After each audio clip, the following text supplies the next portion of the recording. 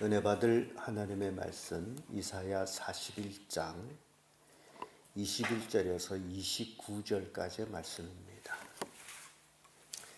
이사야 41장 21절에서 9절까지의 말씀 찾으셨으면 교독합니다. 제가 먼저 읽겠습니다. 나 여호와가 말하노니 너의 우상들은 소송을 일으키라. 야곱의 왕이 말하노니 너희는 확실한 증거를 보이라. 장차 당할 일을 우리에게 진술하라. 또 이전 일이 어떠한 것도 알게 하라. 우리가 마음을 열고 결말을 알아보리라. 또 앞으로 볼 일을 듣게 하며 후레사를 진술하라. 너의 신됨을 우리가 알리라. 또 복을 내리든지 화를 내리라. 우리가 함께 보고 놀라리라. 가라. 너희는 아무것도 아니며 너희 일은 허망하며 너희 패배는 장난이라. 내가 한 사람을 일으켜 북방에서 오게 하며 내 이름을 부르는 자를 해돋는 곳에서 오게 하였나니 그가 이르러 방백들을 회신물같이 토기장이 진흙을 밟음같이 밟을 것이니 누가 처음으로 이 일을 알게 하여 우리가 알았냐. 누가 이제부터 알게 하여 우리가 어떻고 누가 하느냐 하였느냐. 여기 한 자도 없고 불러주는 자도 없고 너희 말은 듣는 자도 없도다. 내가 비로소 시온에 이르기를 너희는 보라 그들을 보라 하였노라. 내가 기쁜 소식 전할 자를 예루살렘에서 주리라.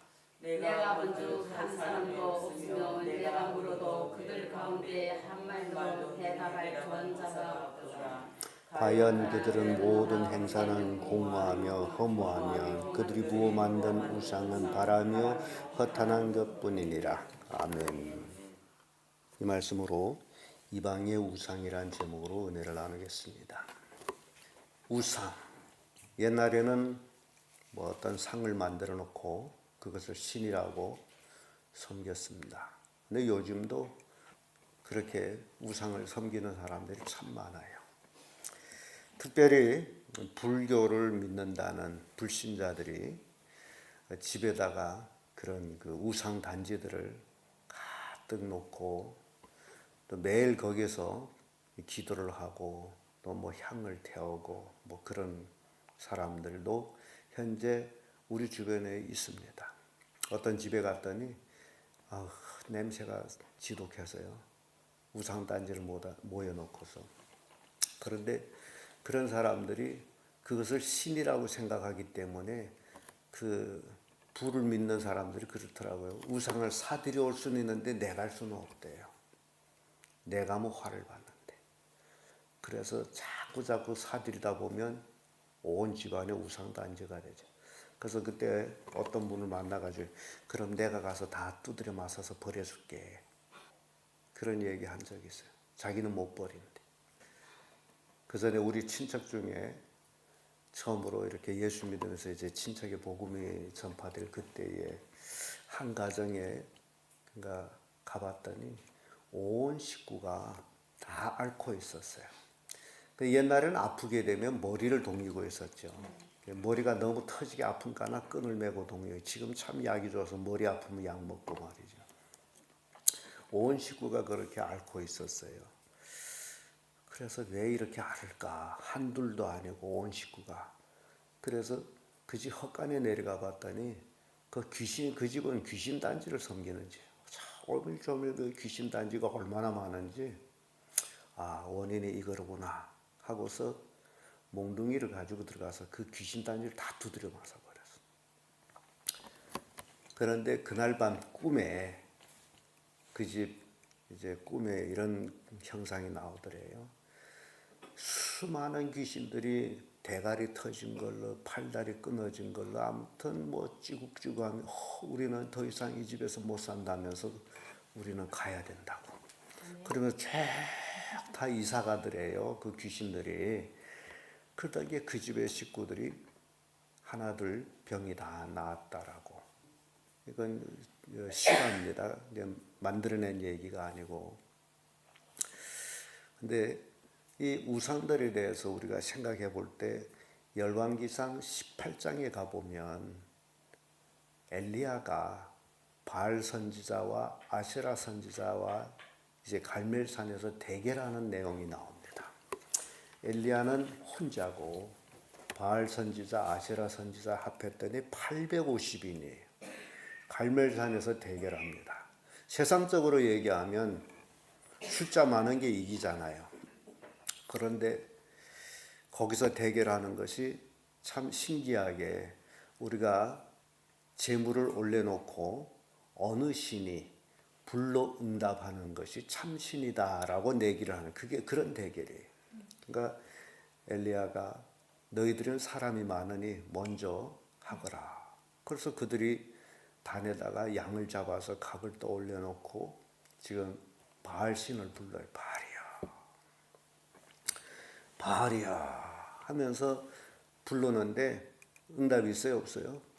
없으니까 거기서 뛰놀고 있는 거예요. 뛰놀고 있어.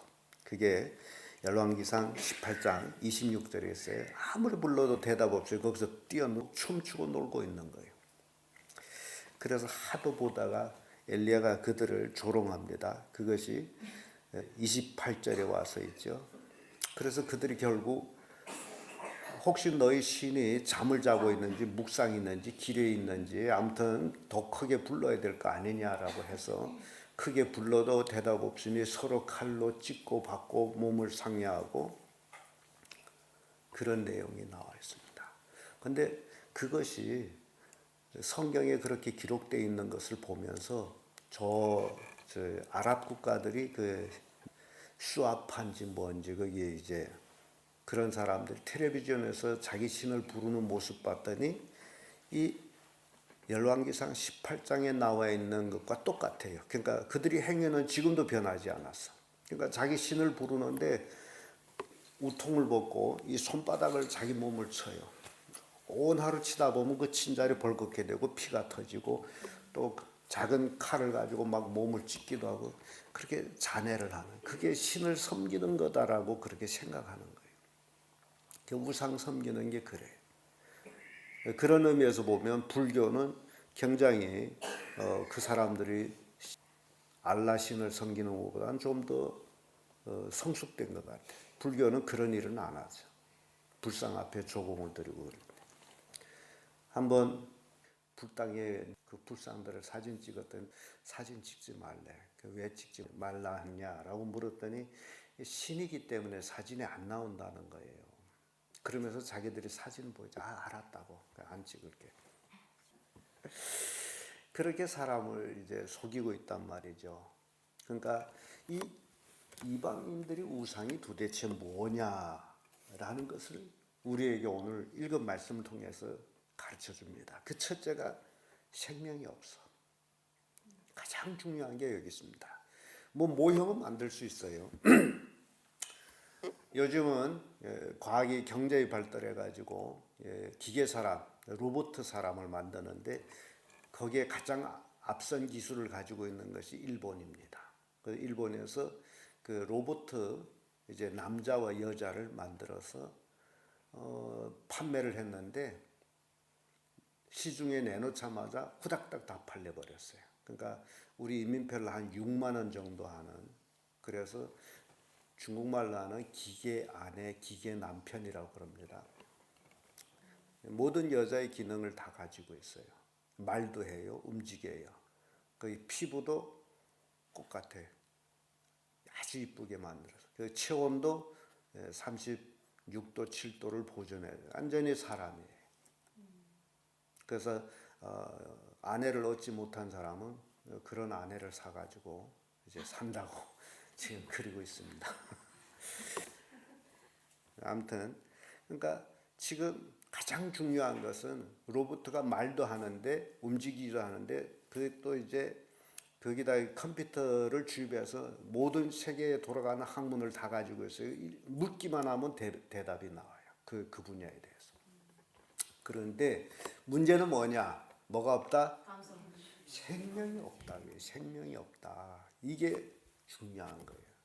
그러니까 예를 들어서 우리 연변 지역에서는 이제 사과배가 우리 뭐 명품이라 그러잖아요. 특산품이다. 그 사과배 특징이 뭐예요? 어떻게 얻은 거예요. 사과배를. 사과에다가 배를 접는 그래서 그렇죠. 배나무에다 사과를 접해가지고 거기서 달린 과일을 사과배다 이렇게 이제 말하죠. 문제는 사과배까지는 얻었는데 사과배 씨를 심어서는 사과배가 안 나온다. 이게 우리에게 주는 교훈이에요. 사람은 생명을 만들 수가 없어요. 그러니까 잡종은 만드는데 생명을 만들 수 없어요. 예를 들면 말과 당나귀를 교잡시켜가지고 거기서 나온 것이 노새예요. 그 노새는 새끼를 못 낳아요. 고기까지요. 그래서 우리가 이렇게 성경 보면서 깊이 깨달아야 될 것은 우상이라는 게 도대체 뭐냐. 허울은 뭐 웅장하고 뭐 위험 있게 만들 수는 있지만 그 속에 뭐가 없다? 생명이 없어. 그러니까 그런 우상을 섬기기 때문에 아무리 신을 불러도 응답이 있다 없다? 없다는 거예요. 그래서 이방의 우상은 바로 이겁니다. 생명이 없어요. 이사야 우리가 읽은 이 말씀을 보게 되면 바로 우상에 대해서 분명히 말씀하는 것이 뭐예요? 23절에 보면 이런 말씀이 있죠. 후레사를 진술하라. 너의 신됨을 우리가 알리라. 또 복을 내리든지 화를 내리든지 우리가 함께 보고 놀라리라.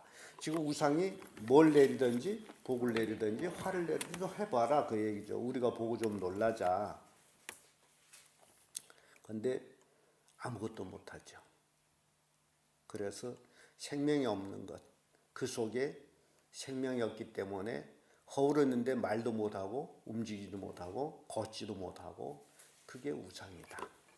전하는 말에 아브라함이 갈대 우르에서 살았잖아요. 하나님이 부르심을 받아서 갈대 우르를 떠나는데 아브라함의 아버지 데라가 아주 우상 숭배에 푹 빠진 사람이라고요. 근데 하나님이 떠나라고 하는데 아브라함이 늙으신 아버지를 버리고 떠나는 것도 그렇고 그래서 같이 가기를 원했나 봐요. 근데 아버지가 우상을 섬기기 때문에 안 가요. 그래서 어느 날 가만히 밤중에 아브라함도 몽둥이를 들고 이제 우상을 신전에 들어가서 우상들을 다 두드려 패버렸어.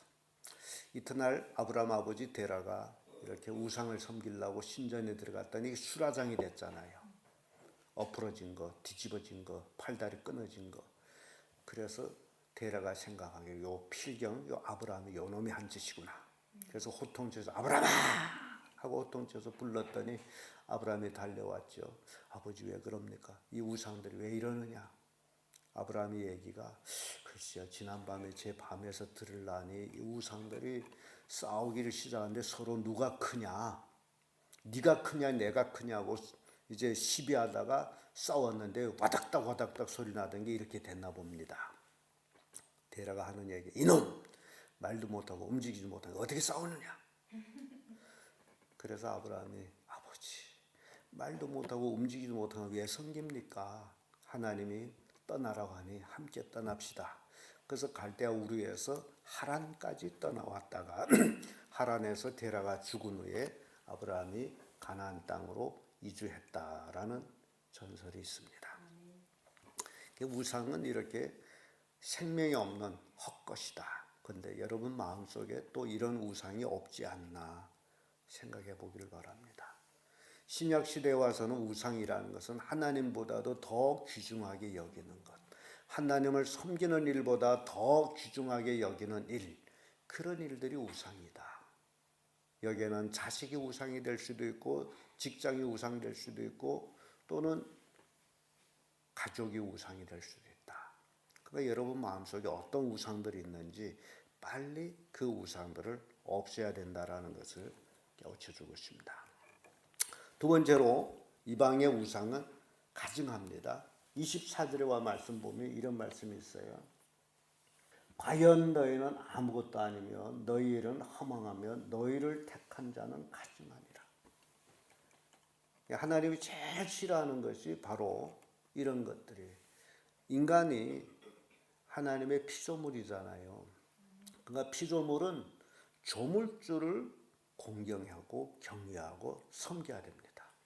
그런데 조물주를 섬기지 않고 피조물을 섬긴다. 그러면 이게 우상이 되는 거예요.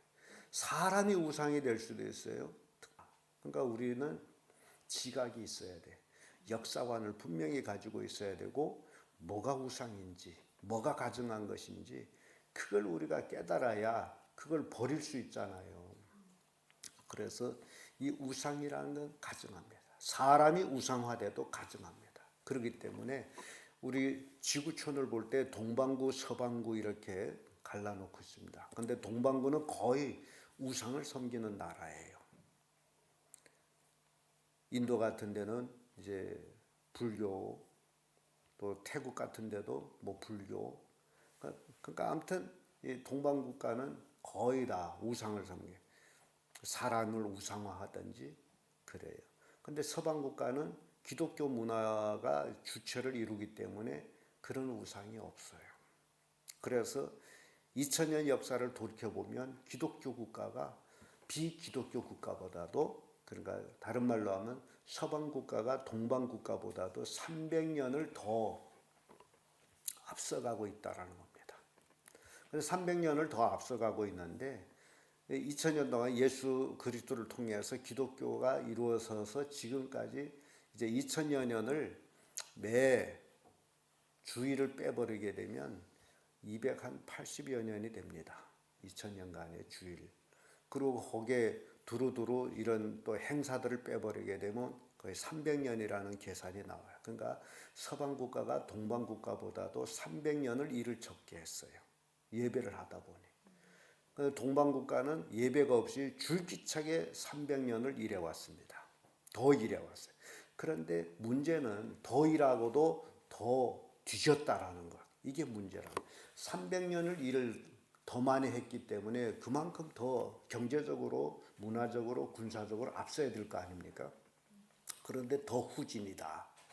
그러면 우리에게 교훈하는 것이에요. 뭐가 잘못돼도 엄청나게 잘못됐구나. 똑같습니다. 우리가 주의를 범하고 남보다 더 잘 살 것이 절대 그렇지를 않아요. 이게 역사가 우리에게 주는 교훈이에요. 왜냐하면 우상을 섬긴다라는 건 가증한 것이다.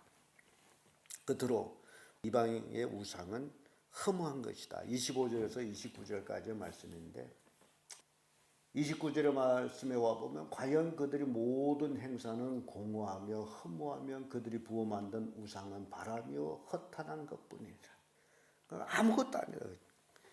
그래서 우상을 쫓아가게 되면 그보다도 더 허무한 인생은 없다라는 겁니다. 여러분들이 마음속에 있는 우상, 그것 때문에 그 일을 쫓아가고 그것으로 인한다면 결과적으로는 허무한 것밖에 없어요. 아무 허탄한 바람뿐이에요. 나머지 있습니까? 그래서 전도서에서 솔로몬은 뭐라고 얘기합니까? 해 아래 수고하는 모든 것이 바람을 잡으려는 것이다. 바람이 잡혀져요? 안 잡혀지죠. 다른 말로 쉽게 하면 온 지구촌 사람들이 공동으로 쫓아가는 게 있다면 그것이 물질입니다. 물질을 쫓아가요. 물질을 얻겠다고 쫓아가요. 그래서 가끔 얻기도 하는데 결과적으로는 다 없어지는 거예요. 자고새가 낳지 않은 알을 품고 있는 같이 중년에 그것이 날아가리라고 말씀한 그대로입니다. 불의로 치부하려고 하는. 그러니까 우리의 삶 속에 가장 중요한 것은 내가 물질을 쫓아가는 것이 아니라 물질이 나를 쫓아오도록 하는 삶. 이게 중요합니다. 근데 물질이 나를 쫓아오도록 하는 삶이 어떤 삶이에요? 하나님 말씀대로 사는 삶이에요. 왜냐하면 너희는 무엇을 먹을까, 무엇을 입을까, 무엇을 마실까 염려하지 말라. 이것들은 다 누가 구하는 것이다? 불신자들이 구하는 것이다. 그러므로 너희는 먼저 그의 나라와 그 의를 구하라. 그리하면 이 모든 것을 너희에게 더하시리라고 누가 하신 말씀이에요? 예수님이 하신 말씀이죠. 이 말씀 믿기를 바라요. 그래서 이 이방의 우상의 영향으로 오늘날로 수많은 사람들이 예수 믿는다면서도 이렇게 우상을 마음에 품고 있는데 빨리 그 우상을 불태워버려야 돼요. 그리고 오로지 하나님만 경외하는 삶을 살고 그 말씀에 순종하는 삶을 살고 그 말씀대로 살아가다 보면 때가 되면 하나님이 필요한 모든 것들을 다 채워주신다라는 그것을 우리에게 깨우쳐 주고 있습니다. 기도하겠습니다.